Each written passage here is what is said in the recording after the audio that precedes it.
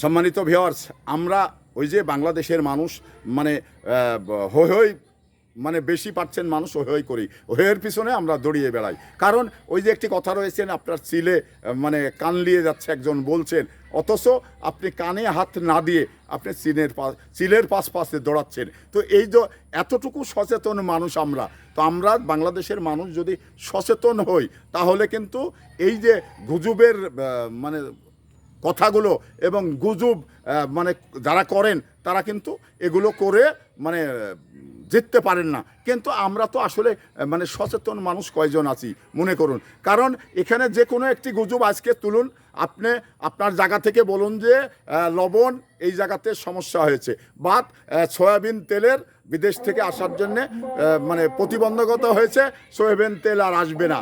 মানে মানুষ কিভাবে যে কিনবে, বাপ বেটা লাইন ধরে আপনার এমনভাবে সয়াবিন তেল কিনবে যা বাজার গোটা বাজার 5 মিনিটে মানে স্টকে নিয়ে চলে যাবেন।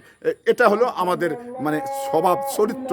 আর একটা জিনিস বলি, এই যে সারের যে বিষয়টা, সারে কিন্তু কিছু মানুষ বলছে ঘাটতি হবে।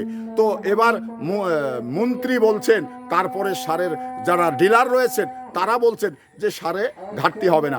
অথচ কিছু মানুষ 40 বস্তা 50 বস্তা, যে 50 বস্তা কিনতে আসছেন তার সিজনে হয়তো 50 বস্তা লাগে না, 2-5 বস্তা হলেই তার সিজন মানে আবাদ হয়ে যান, অথচ সে কিনতে আসছে 50 বস্তা।